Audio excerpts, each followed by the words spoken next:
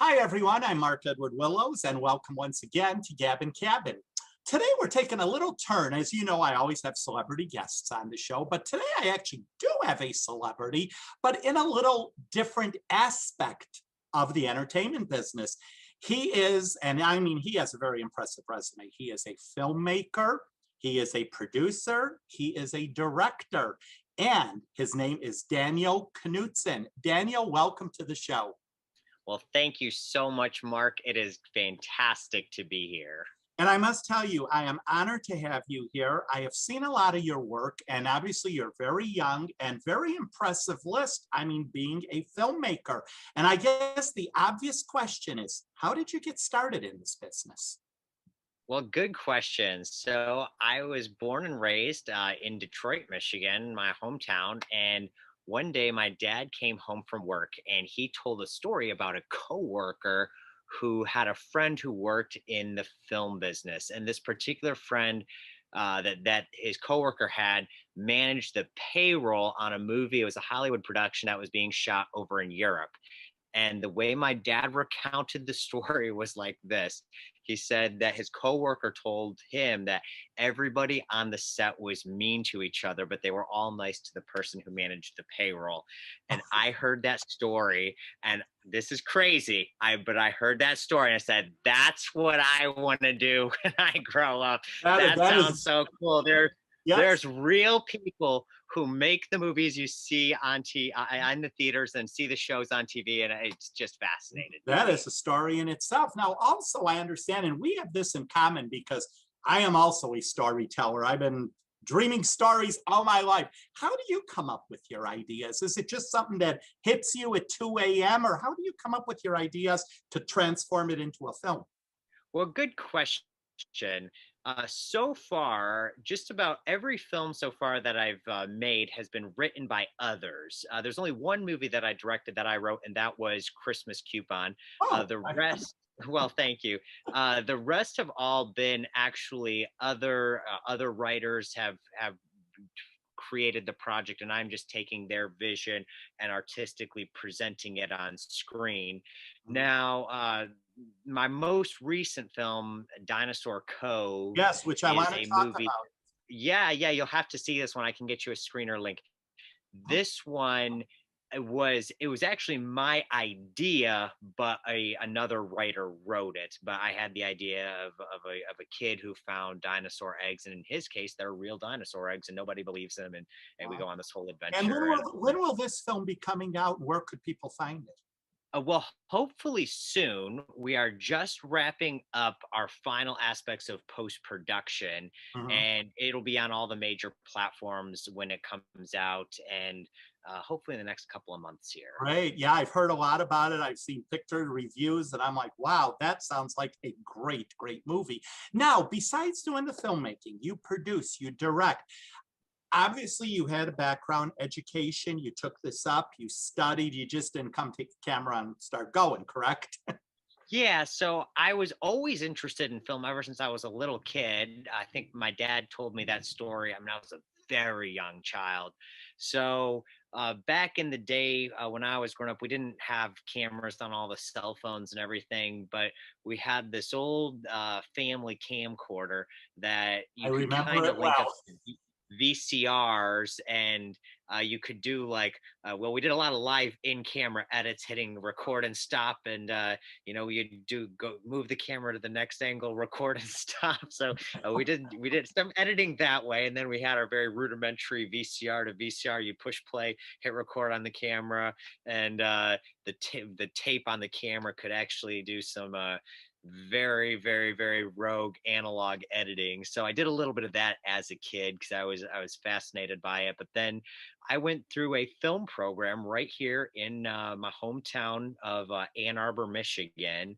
I grew up, born and raised east side of Dearborn, but then I moved over to Ann Arbor, near Ann Arbor, right while I was in high school. And then there's a community college here that has just a terrific film and visual media program. I took their film and digital media, their program on their track with all the different courses in that. And then I transferred to Thomas Edison State University and then finished up my degree through them. But so that was my educational background in film, and I did find that tremendously helpful. But then, of course, like so many things, you really learn when you get thrown into the pot into and the real world. You're out there, man. Now, yeah. when you decide on doing a film, what is sort of the process? Do you do your own casting? Do you hire your own crew? How does it all begin? How does it all materialize before you actually go and shoot? Well, good question. So the first thing that we deal with as filmmakers is the idea of investment budgeting and how are we going to fund the film and then hopefully pay that back and hopefully even make some money for our investors. So the first thing we have to deal with is remember that we're in show business, not just show art. Right. So we try to take a look at ideas and evaluate whether or not we think it will work in the marketplace. And so that's kind of the first step. If we think we've got an idea that will work, we have to figure out how to raise the money to be able to shoot the project. So that's kind of that's sort of step one. And then nowadays, I do a lot of the casting myself or with a small team. I've worked with casting directors in the past. It kind of depends project to project. And then once the film is cast and we have, you know, we work on finding all of our locations. Of course, we already have to have a script by this point, and then we go into production when we can schedule those, you know, when we can lock in those crew and cast and locations and script, and then we shoot the whole project, and then we come back and actually it comes right here. This right here is my editing station. So wow, very impressive. If you remember, if you see the movie Skydog, that's the bomb from Skydog. Wow. So, speaking of, that was my next question. Yes, for someone that doesn't know, you starred in Skydog opposite Dean Cain. What was that like for you? You know, I grew up watching Dean as Superman on The Adventures of Lois and Clark. So it was honestly kind of surreal, you know, all these years later, I'm meeting him in person. I was a director of photography on a different movie that he starred in, and we actually got to know each other and became friends. And then I pitched to him this new movie project I was doing, and he was game. So then we had a chance to work together. Dean is the nicest guy in real life. He is so kind. He really is a Superman. I mean, he's the real deal. He's just got a good heart, you know, just a good guy. And yeah, I enjoyed seeing him in Superman as a kid. So it was kind of wild getting a chance to work with him in person all these years later. Now, how do you feel technology has taken over today with filmmaking? Because long story short, I've been in the business since 3 years old. My parents started me with TV commercials. Wow. And my dad always tells me the camera was like a Sherman tank. So naturally, everything today is the palm of your hand. How do you feel technology has helped or has it hindered your business? You know, Mark, I would say I think some of both. To some degree, I believe the technology has really helped. There have been a few, maybe not that many, but there's been a few really creative movies that have been well made that people have done on very low budgets. And they've been able to do that because of the camera technology that we have. The technology for the camera in this cell phone right here is better than the professional technology that we had when that cost tens of thousands of dollars when I was starting in film school. So we've seen this technological progression skyrocket. So that's a good thing because there's stories that are very creative stories and very creative filmmakers that wouldn't otherwise have the ability to tell their story, but the technology has made the storytelling much more accessible. So I think that's the benefit of the technological advancements we've seen. Now, I personally feel we're also seeing a disadvantage to the technology in two ways. To a degree, there's so much digital noise out there now because everybody has a cell phone, so everybody's a filmmaker, everybody can make projects. So there's an element of digital noise that now we're competing with.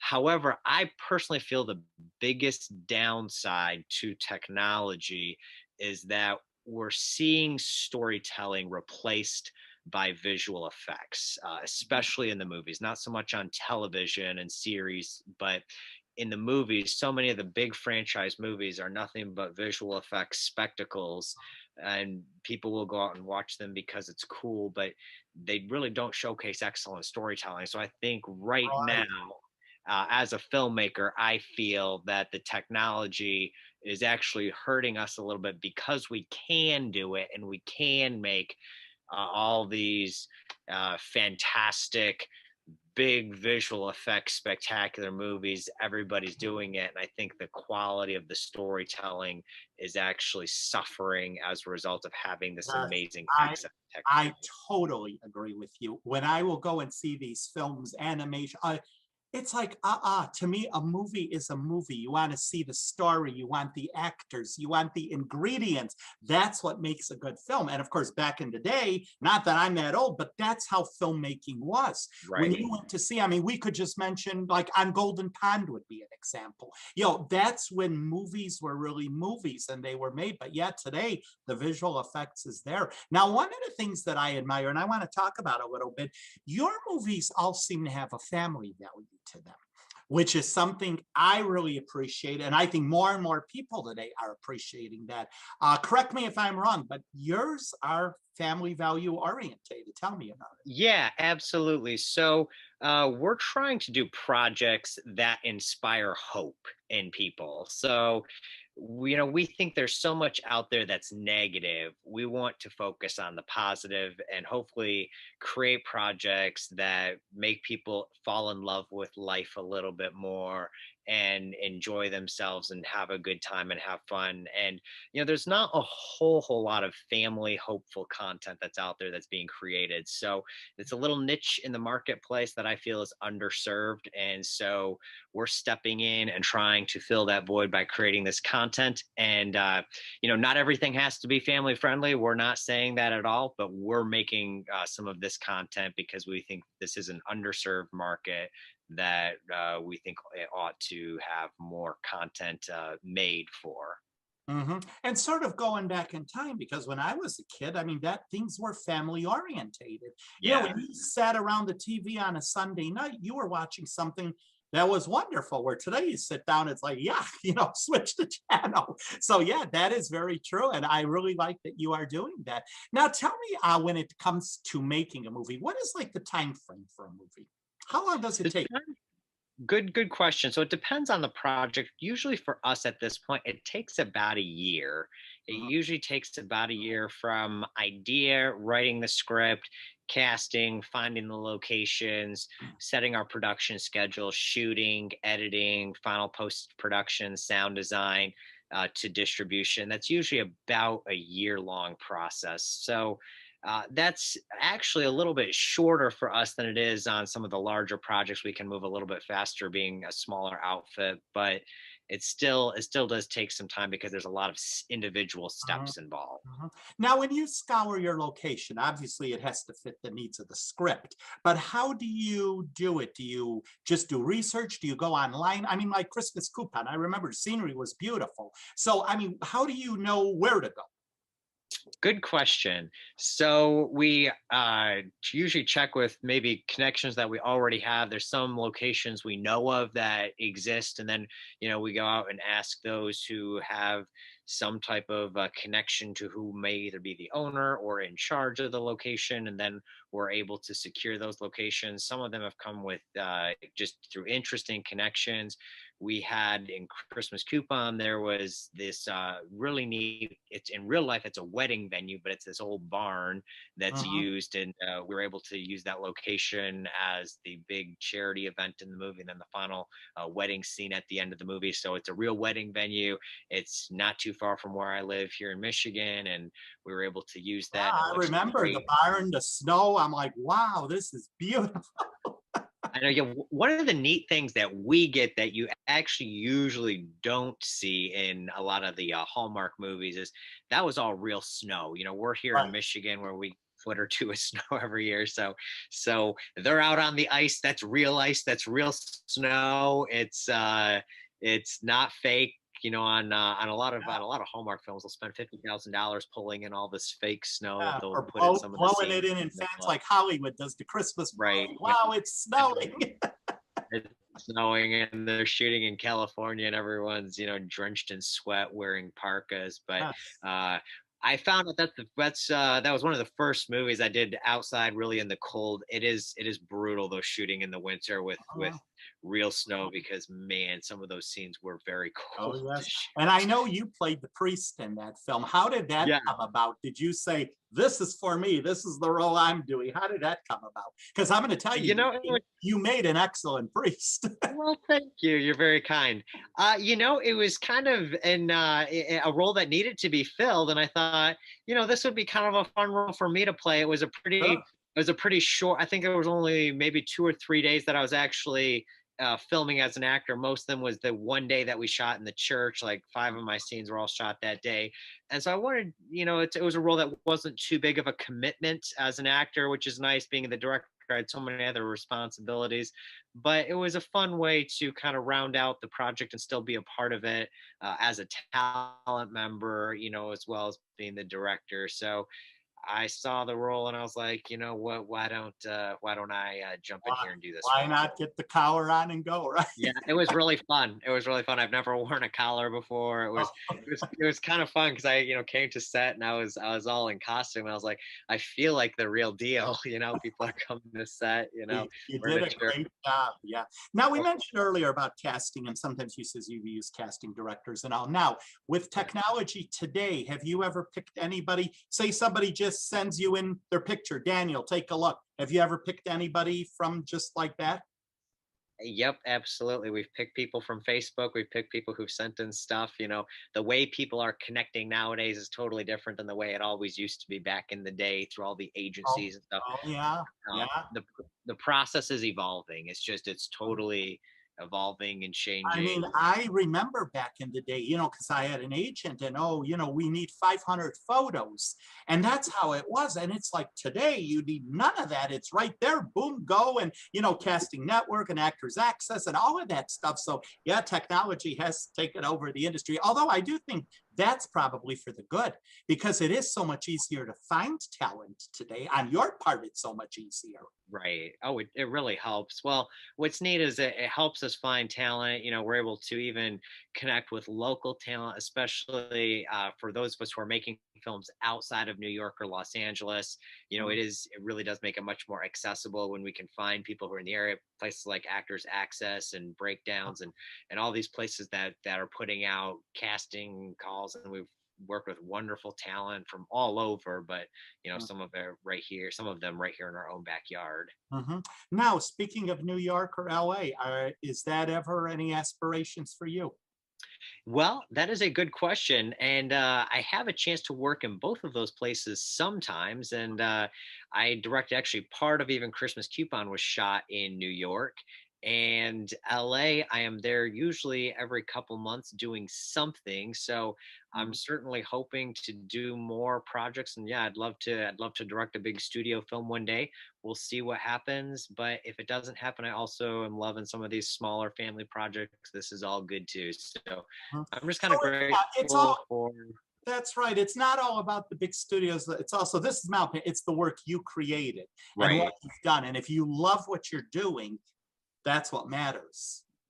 I think so. I think the important thing is, yeah, artists have to be out there loving what they're doing, being excited about the content they're making, Mhm. and then figuring out a way to actually make that content and get it into the marketplace. If we can do Mhm. that, I think that's where it's at. And it's really neat that we live in a time where people are able to do that.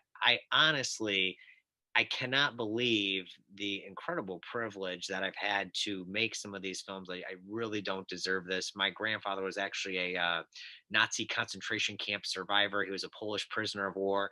And I can't believe that I get to be here in America directing films. These are not the biggest films by any means, but I'm doing what I love, having so much fun, being a part of the industry that I love. So I'm tremendously grateful. Mhm.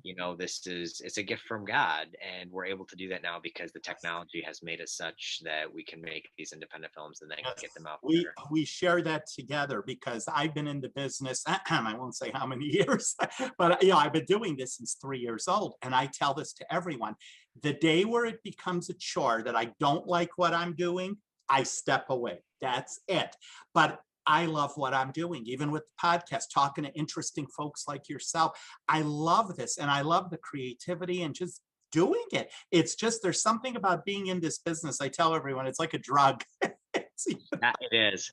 Yeah, I, I it tell really, people it's like a highly addictive narcotic. Once you're exposed to it, it's very difficult to get away from. oh, it is. And I mean, even me, things I've seen, Emmy Awards, I've been, Los Angeles shows. I mean, I met the Golden Girls back in the day. I mean, it is when you get in the business, it is very difficult. But again, you do have to love what it is that you do. That's so important. So, any future projects that you could talk about? Any movies flying around in cyberspace? Any ideas? Good question. So right now we're finishing up Dinosaur Cove, Mhm. and then I've got a documentary. This is my first documentary that I've directed. That's actually hopefully going to be coming out here. This one is kind of an interesting one. It's about spirituality, religion, how it all intersects with our human story. So very exciting documentary. I'm in post production on that. I've never done a documentary before, so that's in post production. And then beyond that, I actually don't know what's next. So I'm going to be finding that out myself. So Yeah, just uh, kind of take it step by step and where step it by goes. step. So, and then of course we're releasing Dinosaur Cove, which is almost done here. But then, yeah, of course that coming out as well. Right. Well, we will definitely be looking for it. And like I say, it's very interesting what you do. And I am intrigued myself in movie making. I think it is fascinating. And that is just the art in itself and creativity. I always say filmmakers are special people, they have a gift. They are. Yeah, They and I, are. I really and truthfully do believe that that is it. So finally, Daniel, is there anything you would want to tell the audience, something I would not think of asking you about yourself? Good question. Well, I'd say this: I'm not very good at basketball, Oh, and I guess I love filmmaking, which might be obvious, but I'm just excited to be a part of this industry. Thank you so much for inviting me on your podcast. This is a lot of fun, and yeah, if you guys go out there, please leave reviews on the films: Christmas Coupon, mhm. Skydog, Courageous Love, a couple other movies. That really does help get the word out. So thank you to everyone who's been so kind and so supportive all these years of and all these projects that we've been making, because that's enabled us to go out and make more.